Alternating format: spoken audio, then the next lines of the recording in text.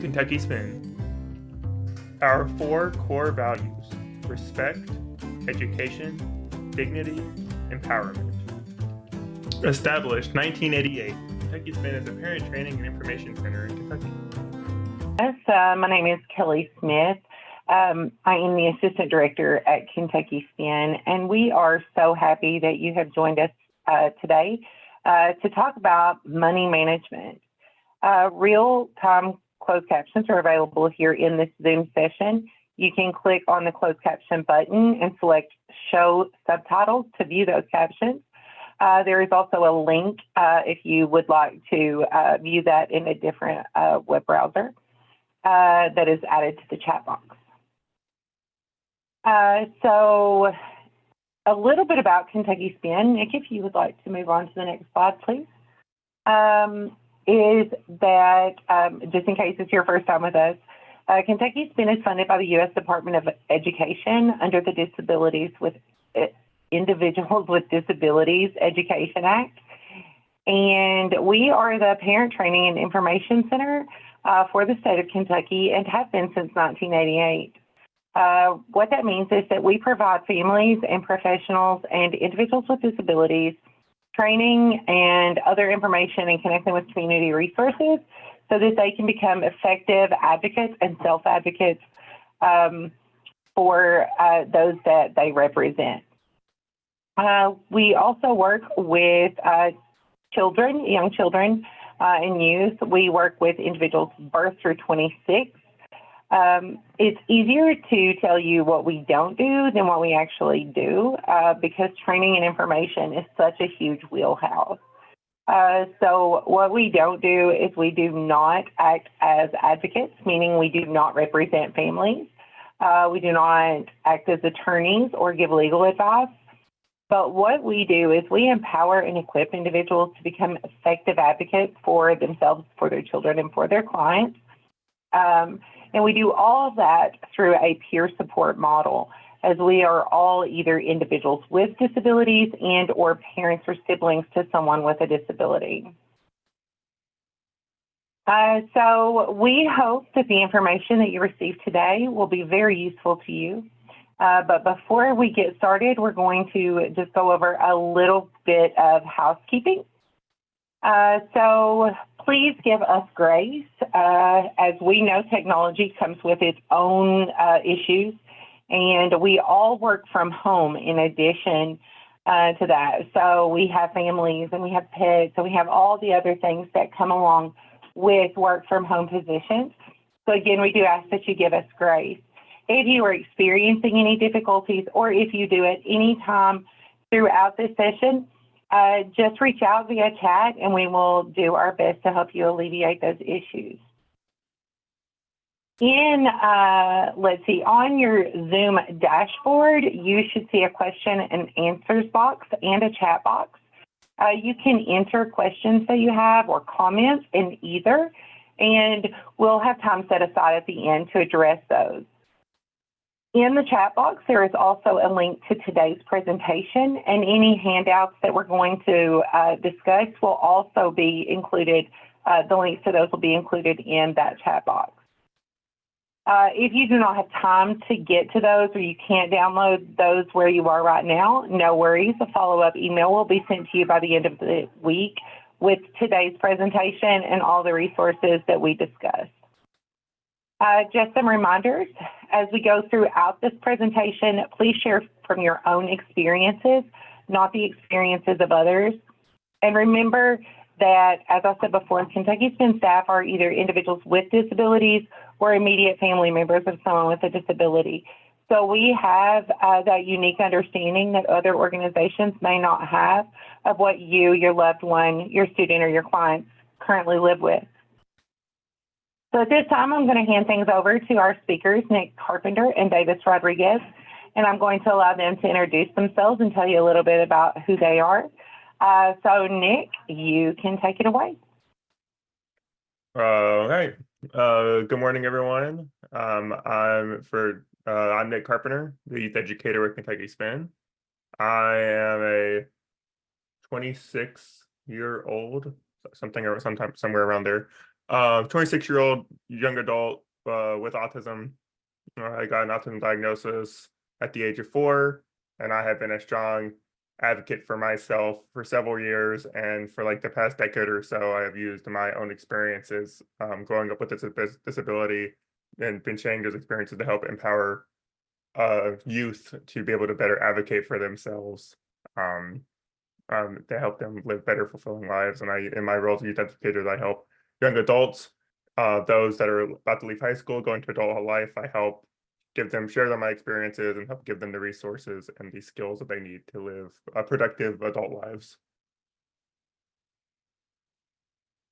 Hello, everyone. Good morning. My name is Davis Rodriguez. I am 34 years old, father of 4. My oldest 2 are twin girls who have RSS, Social Syndrome, Reformed Autism, autism, and ADHD. And myself, I have ADHD and OCD, and I've been advocating for my children since pretty much 3 months old and to present. I help serve my community by mentoring to the youth through the church. And yes, thank you for coming. All right, let's get right on in there. How to manage your money. So, yeah, money management. And again, as Kelly said earlier, if you have any questions or anything at any point, do feel free to put them in the chat, and we will address them as soon as we are able to. We have a lot to go over today and a short amount of time, but as usual, for those who have been to our Transition Tuesdays in the past, and for those who this is maybe your first time going to one, we'll just kind of go over. This is a very surface level explanation of things. We don't quite have the time because we want to be respectful of your time, and that most of the time we have students in school joining us, so they don't have a lot of time to go into a full presentation. So this is very surface level stuff. To go over things you should be thinking about and things to kind of just be prepared to dig in deeper potentially on your own. But today we're going to go over types of income, what they mean, and what all those weird words are, how to read a check stub, what all the weird things on the check stub mean, to know what those all are, places to keep your money, advice on how to budget, and how to save money for the future.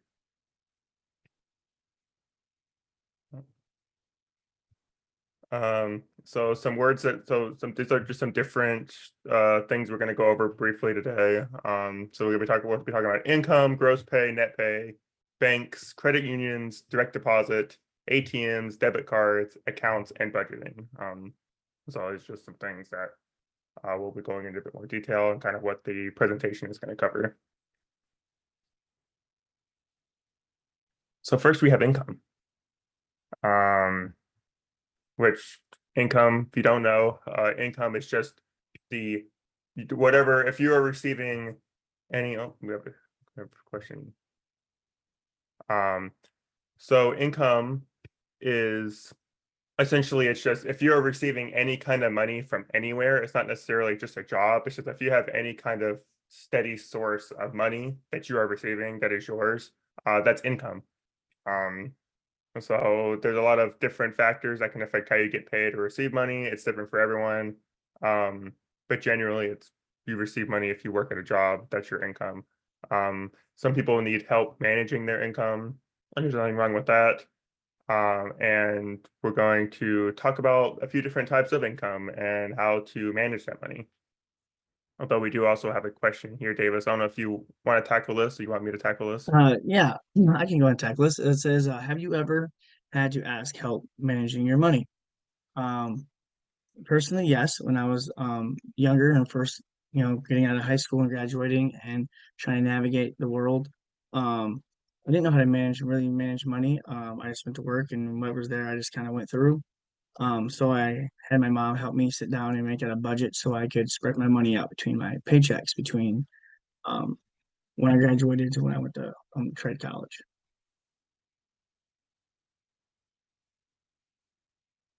Okay, let's go ahead and talk about some different types of income. First, we do have a short video clip to go through.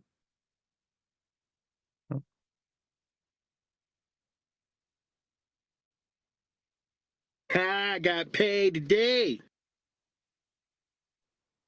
All right. So again, the first most common type of income is income from working, money that you receive on a regular basis from a job.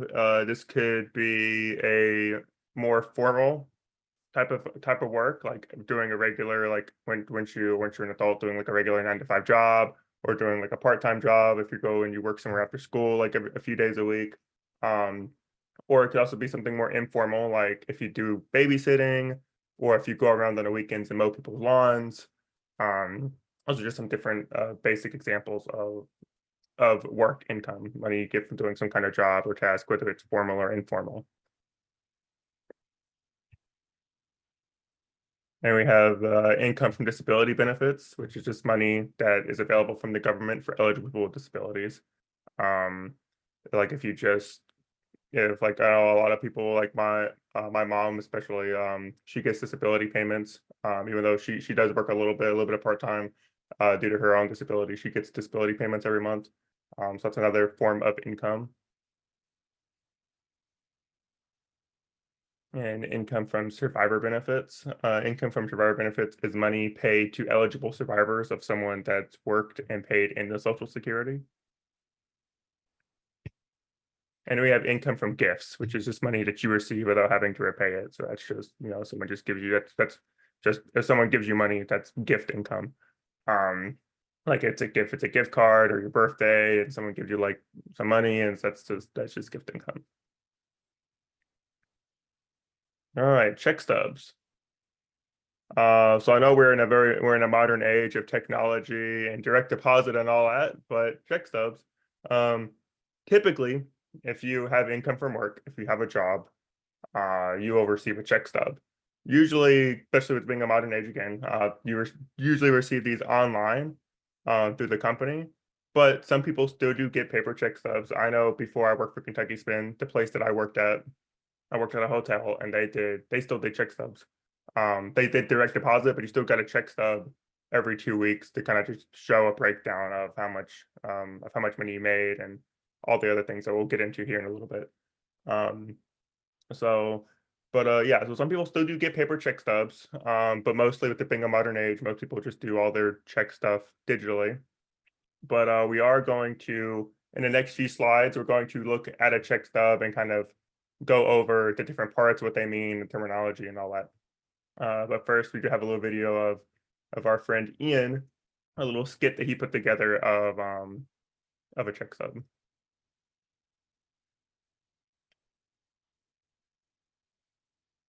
What is that? This is a paycheck stub. But like, I don't understand gross pay and net pay. Like, what is that? Gross pay is all $4. Okay. Net pay is the one you keep after I take 3. Okay. Wait. Come back, mama. Come back, mama. All right. Also, yeah, real quick, Nick. Also, while I'm thinking about it, direct deposit is great. Check stubs are very important. They also are used for applying for assistance. They're applying for housing, and they're used to, if you're going to get an auto loan or home loans like that, you also good to have them. I like to print mine out and keep them in a folder and filed. So I just have them on hand if I needed to turn them in for something. Just while I'm thinking about when I mentioned that, also check stubs, and they're not just a piece of paper and give you a breakdown of your stuff. They're actually hold some value outside of just for you. Right. Well, yeah, Davis, I don't know if you want to go into this part about check stubs or not, or I can. Oh yeah, I can definitely go ahead and break this check stub down. So right up here, you can see it says the company's name a lot of times up, and this is what a check stub actually looks like overall. We're going to talk about each piece here. Up there in the corner where the arrow is, that's where the company you work for. You'll say McDonald's or Sonic or KFC or Tractor Supply. That will actually be the official name of the company that is issuing your check. And then their address where they're located, and there's it.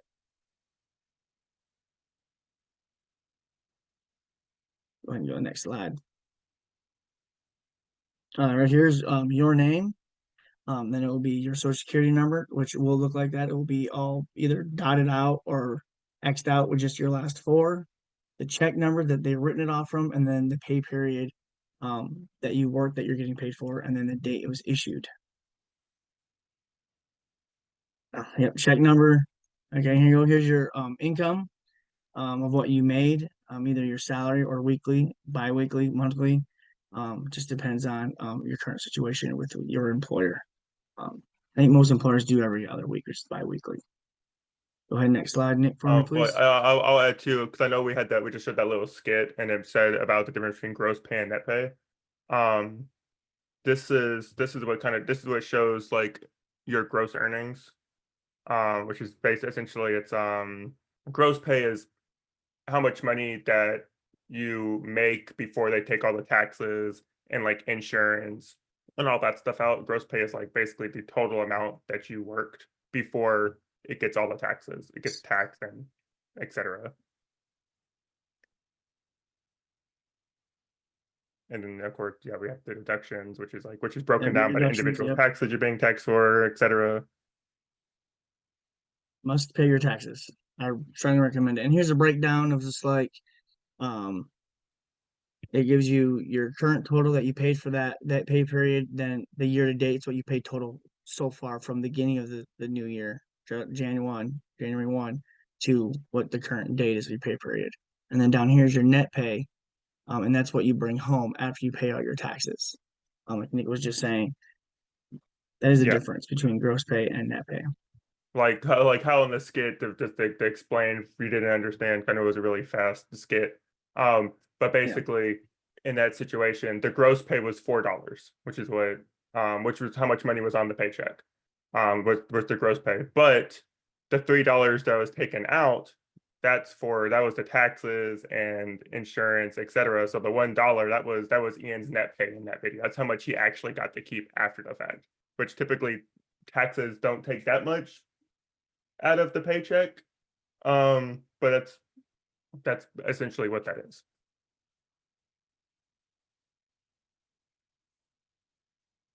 And this section just shows your gross pay deductions and your net pay for the entire year, just how much money you've made, how much been taken out, etc. So now here, let's see. Okay, so we have another question here is what should I do if I think my paycheck is incorrect? I can go with this, and Davis might have more input on this than me, but I will say generally the easiest solution if you get your paycheck emailed, or if you have like a site that you check your work earnings and that kind of stuff on, and you notice that something is off about it, you should this is really easy. Just contact your employer, contact your boss, or whoever's directly above you at your work. Explain to them, show them the stuff if you can, and kind of explain to them, say like, hey, like what's going on, like what's the issue with this. I actually very recently my paycheck I had an incorrect paycheck just because of weird technical stuff that's going on in the background. I went on vacation at the beginning of the month. At the day I got paid, I left leaving for vacation, and I noticed that when I checked my bank account that I didn't get paid as much as I usually do, because I have like a budget, and I typically I have like an average of how much I expect to get paid every 2 weeks, and I noticed that my pay was off. And all I did was I just called my boss. I called Kelly, and I was like, hey Kelly, what's wrong? Like, why is my paycheck not right? And then me and her went and we figured out what was wrong, and we got it resolved.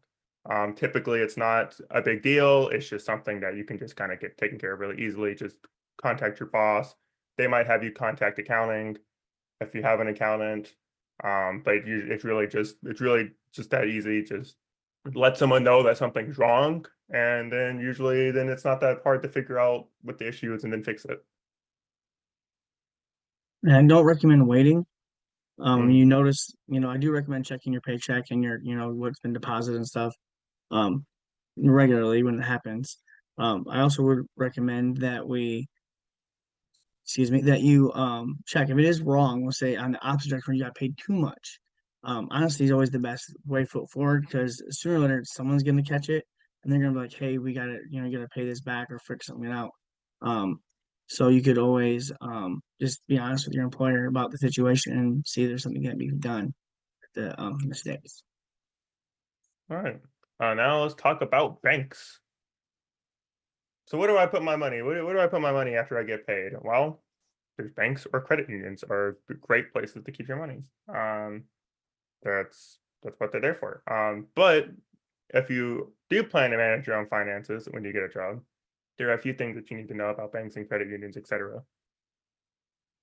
So what is a bank? If you don't know what a bank is, it's a for-profit financial institution that accepts deposits, where the credit union is a non-profit financial institution that accepts deposits. So they're very similar, but that is the big difference, is that banks are for-profit, credit unions are for non-profit.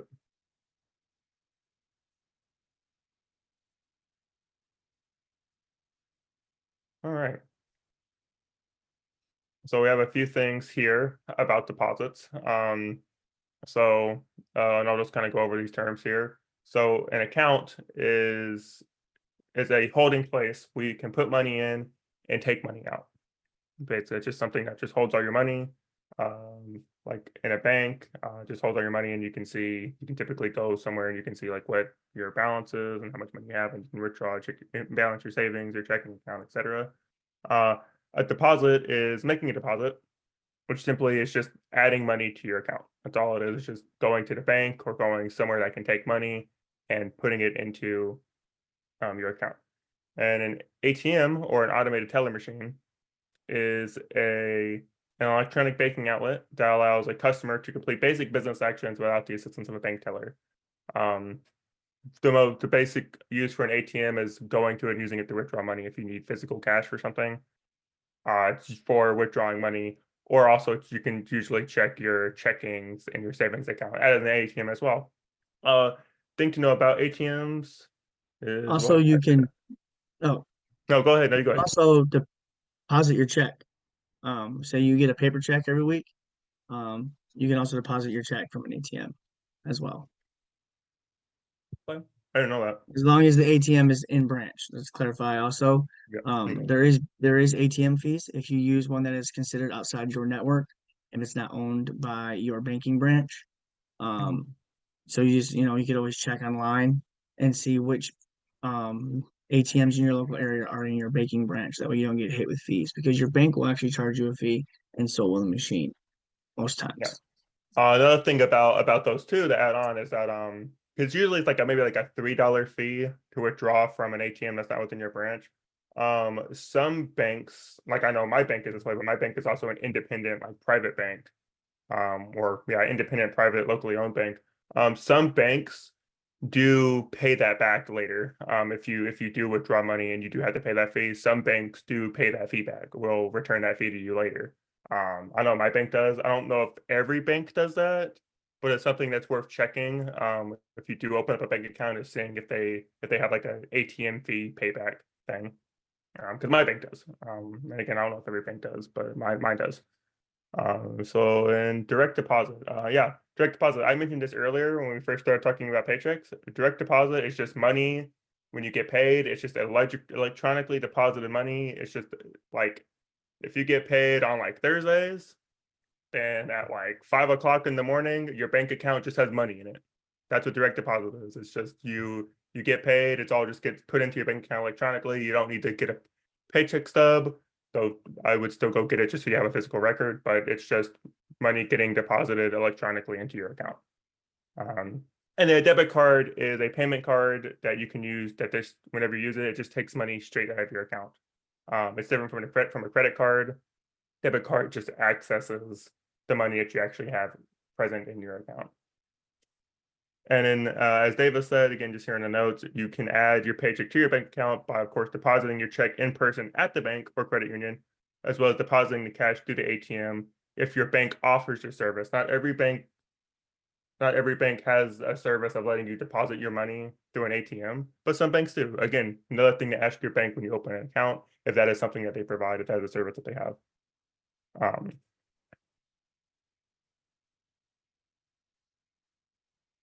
Okay. If you do not have a bank or credit union, you may receive your income in the form of a prepaid debit card. A prepaid debit card works like a bank, and you or your employer can add money to it. You could then use the card like a traditional debit card, and you can spend up to the amount that was added to the card. This is something that I used to carry something like this around a lot before I really had a job. Like if I had to go somewhere like a Boy Scouting thing, I was really active in Boy Scouts when I was younger. If I was going somewhere like out of state or somewhere else as like part of a scouting trip, my parents would give me something like this, would give me like a prepaid debit card. Um, it's kind of like a gift card, not quite the same, but it's kind of works similarly. It's like just like a prepaid card that has X amount of money on it, and I would use these a lot if I was going out of town for something. Yeah, it is. Yes, exactly what he was saying. For going out of town is very useful. If you should travel at all, is very recommended.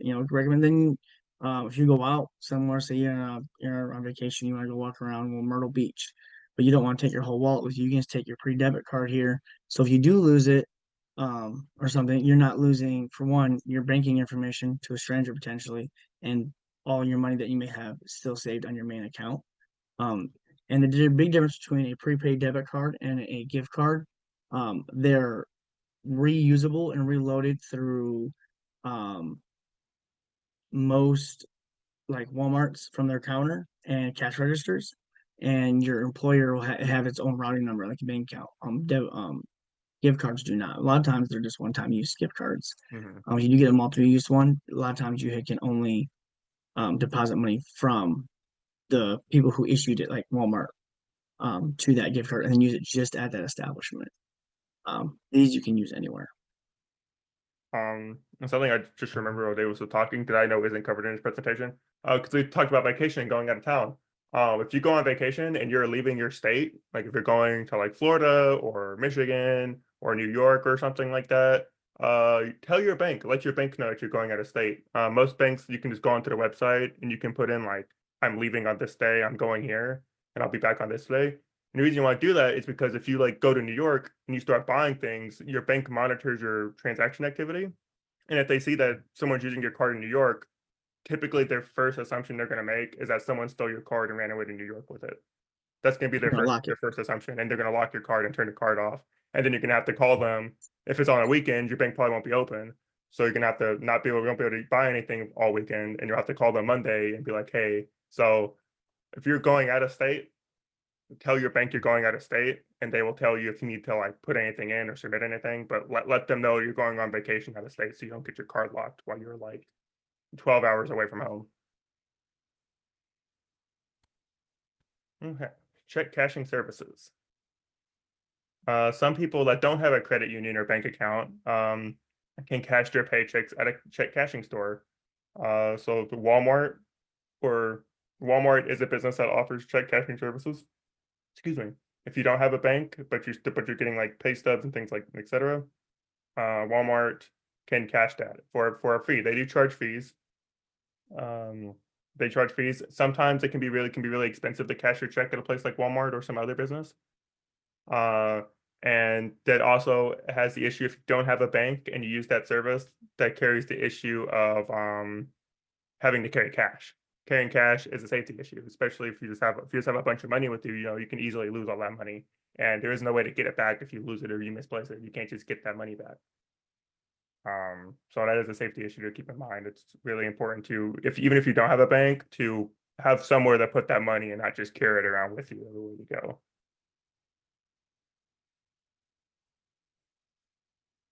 So Kentucky Spin has created some resources that we've put together to help you get started managing your money. These are just a couple of them. These are on our website, and also the PowerPoint itself. You can, if you open the PowerPoint, you can just, which I provided here in the chat, you can just click on the infograph. I'm not going to click and demonstrate because I don't want to mess everything up, but you can click the infograph and it will take you to where it is on our website. It will take you to a printable version. So here we have like some things on how to start a bank account and what you need to start a bank account.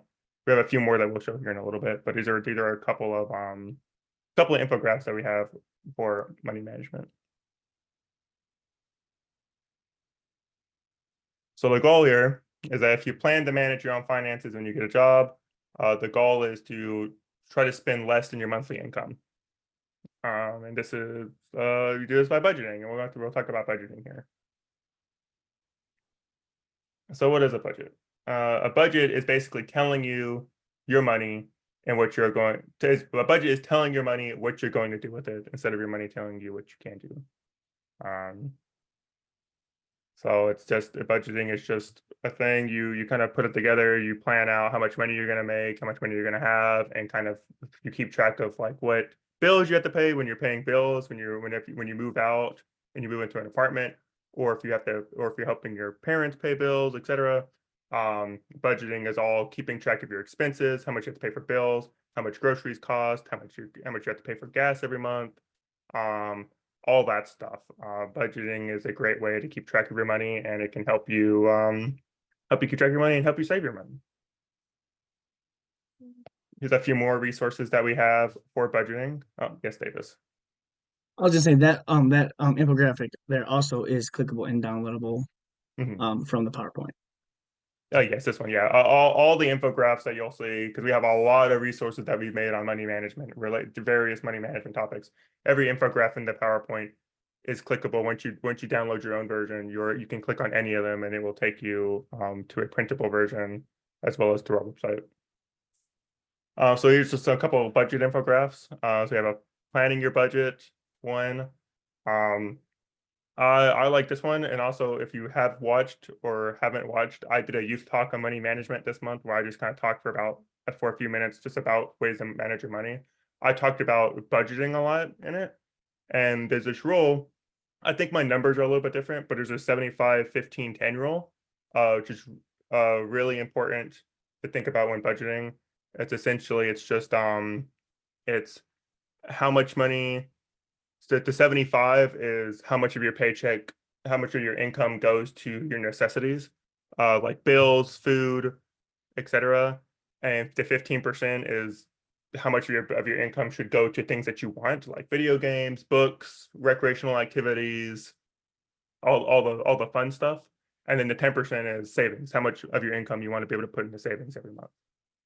I do go into that in a little bit of detail in the youth talk I did this month for money management. So I do recommend if you want to know more about budgeting and just some personal experiences, I recommend you check that out. But again, these infographics are also clickable. They'll take you to the printable versions. There's also for budgeting, there is an app for that. There are several apps that you can check. A lot of them do require like a subscription. But there are a lot of free ones. We do have some resources that we put together that do go over some easy to use budget apps that also don't cost money. We do have those listed on our website. You can find on our money management area. But yeah, it's great to use an app if you're terrible and you can't keep track of things. I'm pretty good at keeping track of my finances. I don't use an app myself.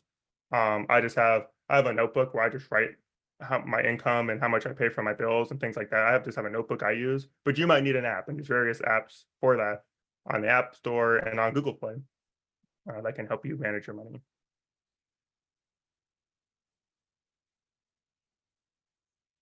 And then this here is a little thing that we like to talk about Kentucky Spin is pay yourself first. And what this means is when you get that bi-weekly or weekly paycheck or however often you get paid, we always recommend to pay yourself first, which all that means is just take a little bit of money out immediately, not too much, not a whole lot, but reward yourself. You just worked for 2 weeks, especially if you're an adult and you're working a 9-to-5 job. You just got paid after 2 weeks of working. It's been a hassle. Who knows what you've had to deal with? You just got your big paycheck.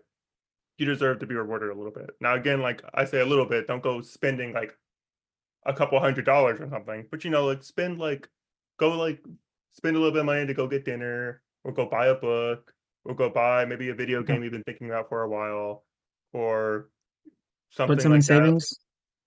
If you're all, say that, you don't want to spend it necessarily, but you still want to reward yourself. Take a little bit off top. $20 out of your paycheck and put it in savings. Save up for something that you may want, later. Like a what I like to call my me money. I like to put some money in there, and then every, couple of months, I'll see what I have and I'll maybe go out to dinner with, my brother or something and treat him.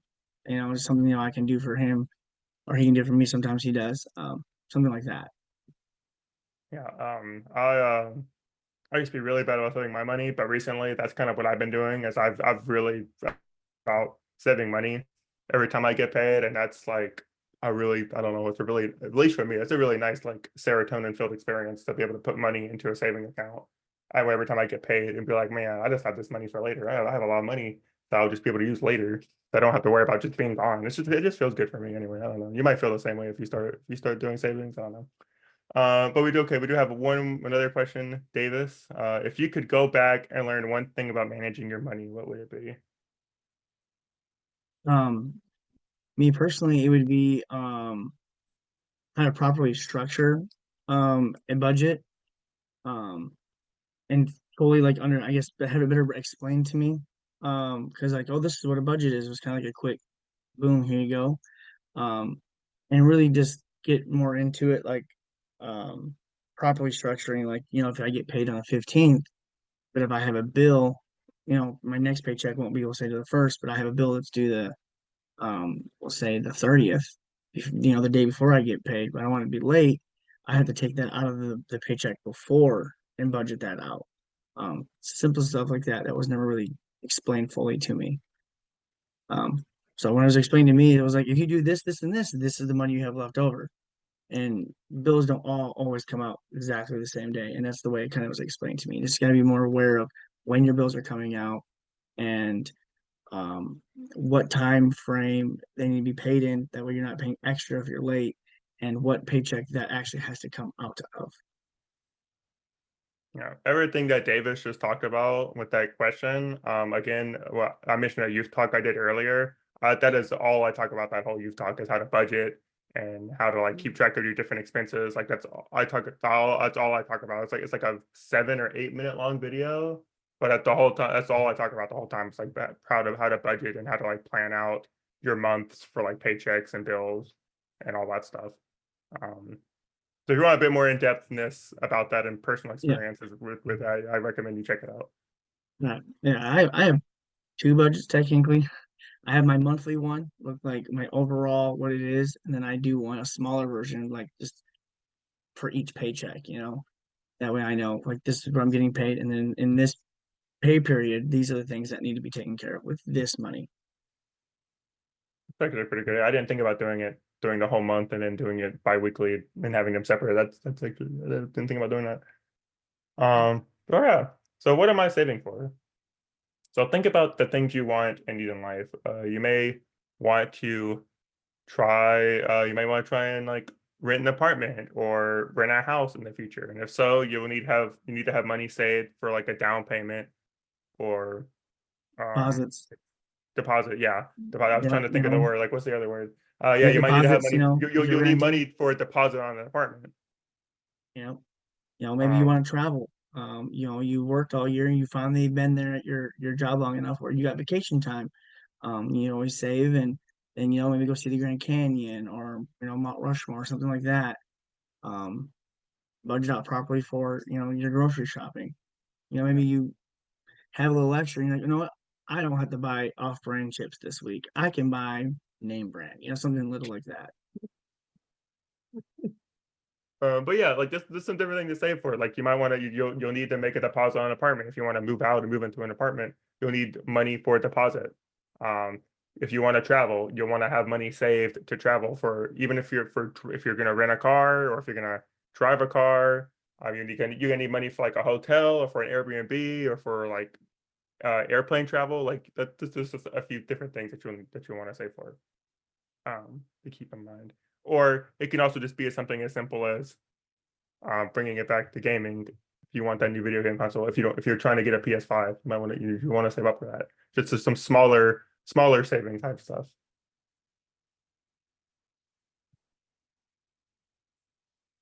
Then and then this goes back to like paying yourself. Be sure to build a treat for yourself into your budget. It's hard work budgeting and just working and making a living, and you should have a reward. So make sure you build some kind of treat, some kind of reward into your budget. Um, But this reward, unlike paying yourself first at the beginning, this reward in your budget should come after the fact, after you've budgeted and you've planned out your bills and you have your bills taken care of and your other expenses taken care of. This is a reward that you should get after your budget needs have been met. And then, like we said earlier, several factors can affect how you get paid, and it does look different for everyone. Some people do need help, may need a little help managing your money, and that's okay. So there's a lot of options out there to help. You might have a guardian. Guardianship is a legal tool that allows another person to make decisions for an adult, especially on monetary decisions.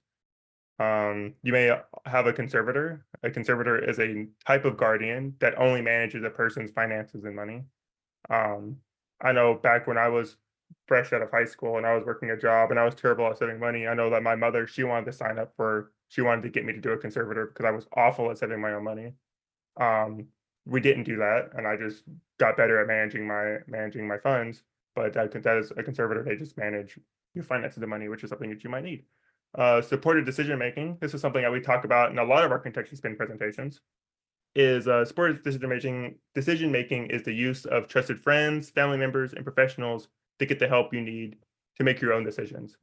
It's just asking people you trust for advice and getting them to help you make good decisions.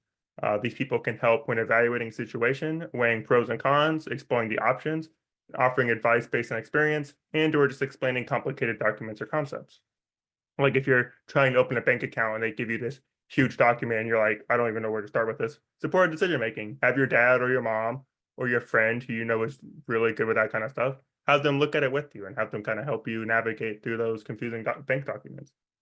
And even if you're still in high school and you might not have a job right now, you can still start practicing money management skills with the help of the resources in this presentation. And you might also want to consider, if you have an IEP, putting some financial goals into your IEP to make sure that you're learning to be able to manage your own money. So to sum it up, there's various different types of income. So everything we've gone over here is we talked about income. We've talked about how to read your check stub, finding a safe place to keep your money, and how to create and stick to a budget. How to create and stick to a budget, as well as being able to ask for help, which again, perfectly fine. There's nothing wrong with asking for help. It's better to ask for help and getting it done right the first time instead of trying to do it on your own when you're not sure if you can handle it, messing it up, and then trying to get help afterwards when it's already a mess. It's good to get help and get it done right the first time. Thank you. Visit www.kyspin.com.